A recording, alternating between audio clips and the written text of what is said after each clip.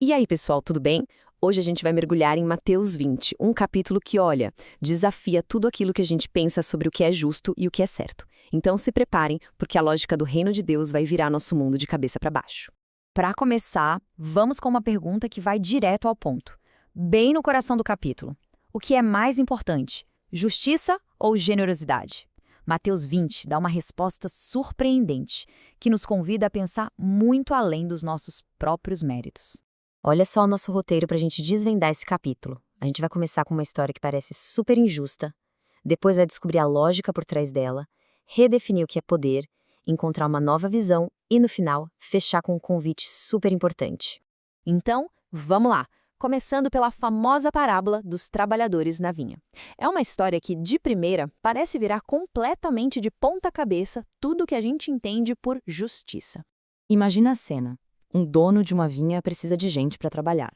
Naquela época, os diaristas não tinham segurança nenhuma. Ficavam na praça torcendo para alguém contratar eles para poder sustentar a família. E esse proprietário sai de manhã, contrata um grupo, depois às 9, meio-dia, 3 da tarde, e por fim, quando já está quase acabando o dia, ele contrata um último grupo que vai trabalhar só por uma horinha. No fim do expediente vem a grande surpresa. O dono paga para todo mundo o mesmo salário, 1 denário, que era o pagamento de um dia inteiro. E é aí que a confusão começa, porque quem ralou o dia todo recebeu exatamente a mesma coisa que quem trabalhou só por uma hora. E claro, quem trabalhou o dia inteiro no sol quente ficou indignado. E com razão, né? Eles sentiram que era uma injustiça tremenda. A queixa deles parece completamente lógica e justa para nós. Mas é aqui que está o pulo do gato. Essa parábola não é sobre leis trabalhistas. É sobre uma outra economia, uma economia divina, que funciona de um jeito totalmente diferente.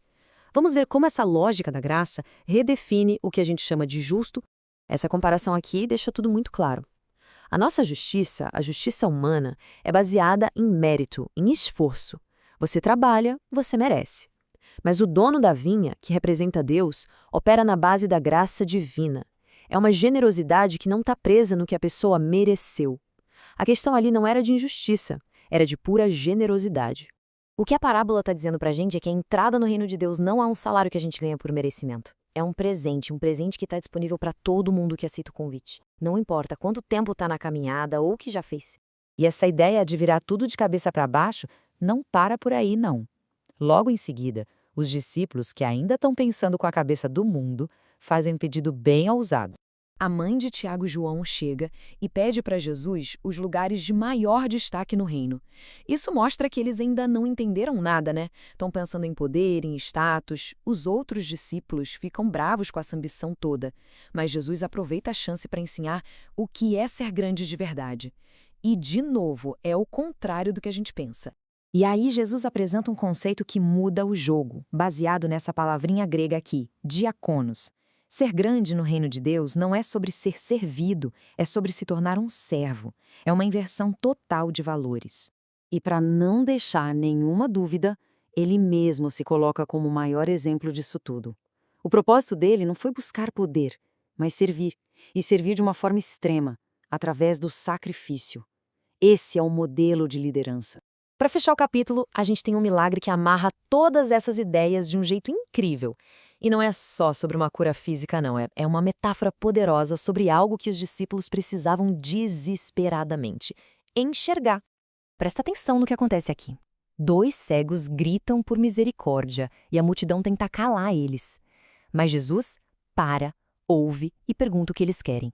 E aí, com compaixão, devolve a visão deles.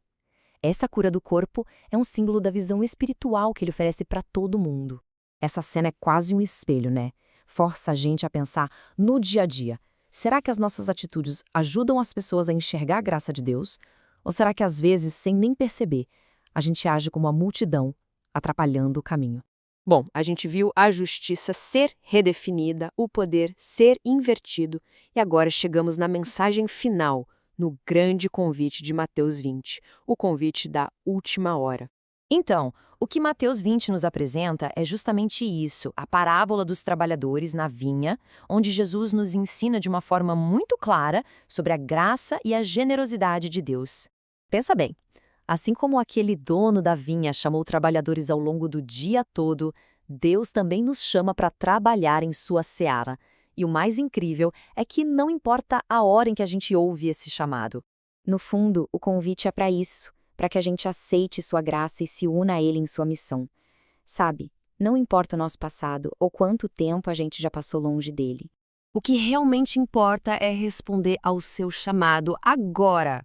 É uma decisão do presente. É sobre abrir o coração para essa generosidade divina. Que possamos aceitar o convite de Jesus para sermos parte de seu reino. E a pergunta que fica no fim das contas é essa: o convite está feito. A gente vai aceitar?